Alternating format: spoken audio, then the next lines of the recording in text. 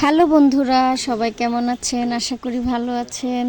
আমি আলহামদুলিল্লাহ ভালো আছি। তো আজকে আপনাদের জন্য নিয়ে আসলাম একটি বাঁশপাতার শুটকির রেসিপি, শুটকি ভর্তা। এটা প্রথমেই শুকনো মরিচগুলো দেখছেন, এগুলো পানিতে ভিজাতে হয় কিছুক্ষণ।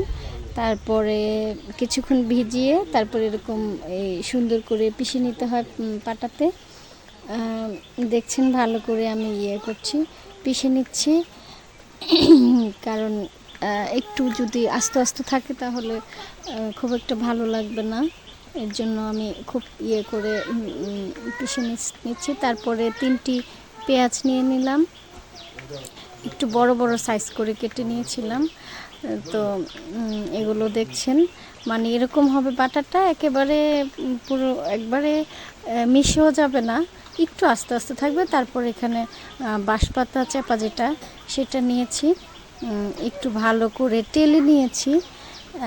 খুব সুন্দর করে টালাটা হবে, কারণ শুটকির ভর্তা মজাটা এটা করে শুটকিটা টালার উপরে খুব ভালো করে টেলে নিলে তারপরে শুটকিটা ভর্তাটা খুব মজা হবে, আলাদা একটা গ্রান আসবে সুন্দর, যেটা মানে শুটকির ভর্তার যে গ্রানটা আসলে সুন্দর একটা গ্রান আসে এটা টালার উপরে।